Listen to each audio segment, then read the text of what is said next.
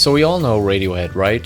Arguably one of the most groundbreaking, influential, and critically acclaimed bands of the modern era. Yeah, it's been talked about over and over again. But what about Radiohead's lowest points? I mean, surely even the greatest bands of all time have made some mistakes along the way, right? And if you ask the band members of Radiohead themselves about their slip-ups, I think the song Creep most likely would come to mind. Hardcore fans do enjoy it, but find it to be a bit misleading in terms of what the band really has to offer. And the band members used to say the exact same thing too. They knew they had more to offer, but were glorified as a one-hit wonder because of the song's popularity, a reputation that took its toll on the band members, and especially the vocalist Thom Yorke. Let's take a closer look. Although most hardcore fans of Radiohead think of Creep as a hint of what the band would later become, the casual listener will always remember Radiohead through Creep. You have to understand that it was a huge song at the time, becoming a milestone in the short-lived grunge era, and basically jump-starting Radiohead's career. It's a self-loathing song about an insecure man who tries to get attention from a girl by following her around. This man was, of course, the vocalist himself, Thom Yorke. The story is from the time when he went to Exeter University in the late 80s, before the band even formed. Yorke had an eye for this beautiful angel-like girl. The sad part is that he would never actually get to know her though, as he never dared to go up to her and talk to her properly. Instead, he would continuously look at her and follow her around like, you guessed it, a creep. It lasted about 8 months, and his obsession ended up being detrimental to his own self-esteem.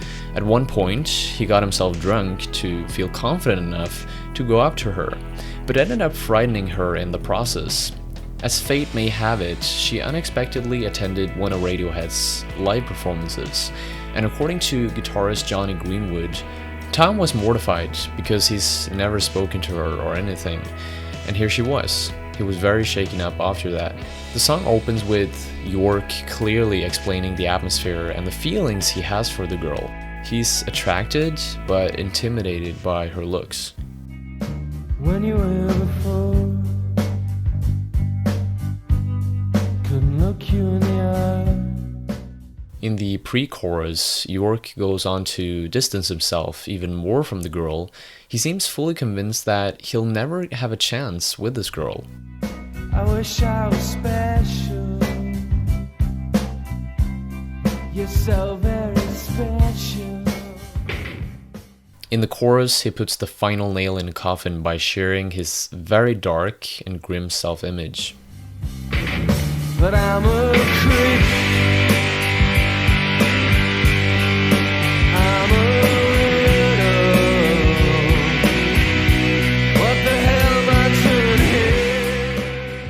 Now, while later working in the studio to record their first EP, Creep was almost an afterthought, but was eventually added to the tracklist after a cheerful response among the producers.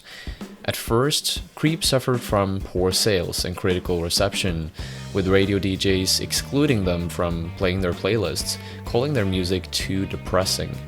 And while such a pessimistic and melancholic song would sound unlikely to be a hit, thanks to airplay in the United States during the rebellious grunge era, Creep eventually became a massive success for Radiohead, eventually reaching number 7 on the UK singles charts and number 34 in the Billboard Top 100, helping their debut album Pablo Honey sell 2 million copies worldwide. Despite the song putting Radiohead on the map, the band eventually started to dislike the song. After relentless pressure to come up with another hit single and their exhausting 2-year touring schedule, the recording of their follow-up album, Bends, became a hectic nightmare, with each member going through bouts of self-doubt and depression.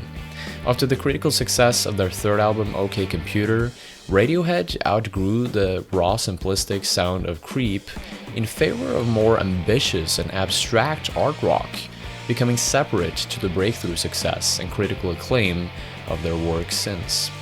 About Creep, guitarist Jonny said, "Thom just doesn't like playing it. It's his words. He can do what he wants with it. It's like he's not in that emotional space anymore, so he doesn't like playing it. And one of the things that's so good about him is that he's a performer with emotional convictions. What I think Greenwood meant by describing Yorke as a musician with emotional convictions is that he has to perform songs that feel true to him. If they don't, there's no reason trying to perform them, since they will come off as dishonest and meaningless. Creep was a song that the band themselves didn't have much faith in to begin with, so it's easy to see why it must have felt strange and frustrating to be associated with something that you're convinced isn't your best work. To rebel against the fan favorite, they made My Iron Lung, a song featured on their third EP by the same name. The name refers to a mechanical respirator in patients that suffered from paralyzed lungs, essentially helping them stay alive. Although it sounds great, the person using it has to live inside it, making it impossible to go anywhere. The Iron Lung was therefore a very smart metaphor for Creep.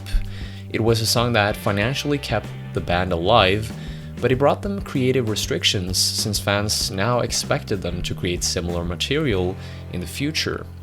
As a result, Radiohead stopped performing Creep towards the end of the OK Computer World Tour.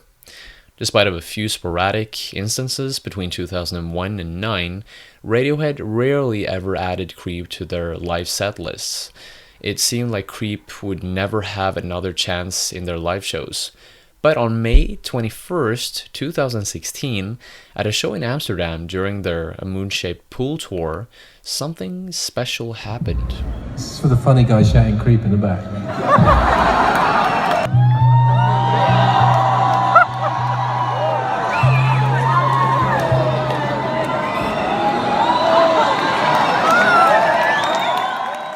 Although it might seem like a bit of a tease, this moment essentially planted the seeds for Radiohead to embrace Creep once again. I kinda wound him up by starting to play it, Thom says, which was a bad idea as it was like lighting a fire. And the fire surely began to light up, as 2 days after the Amsterdam show, Creep made it onto the second encore at a concert in Le Zénith, Paris, making it the beginning of the song's return to the spotlight on stage. While Thom is apprehensive continuing playing the song live, guitarist Ed O'Brien has added that it's a good song. It's nice to play for the right reasons. People like it and want to hear it. We do err towards not playing it because you don't want it to feel like show business, but we started throwing it in last year. The band has since continued to play the song live. So is there anything special about Creep?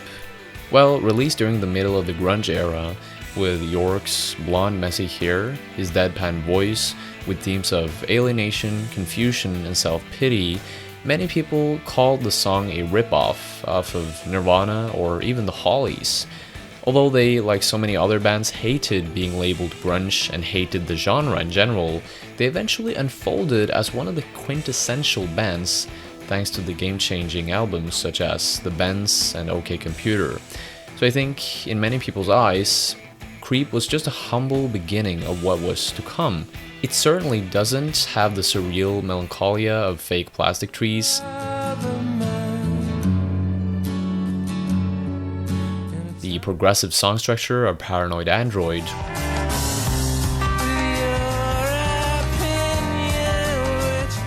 or the abstract experimentation of the national anthem.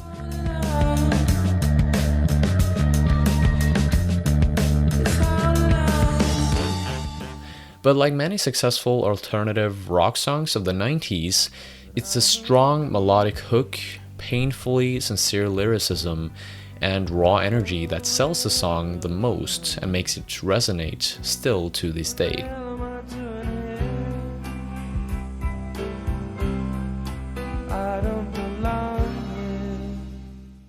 Thank you so much for watching. Make sure you click here to subscribe for more videos.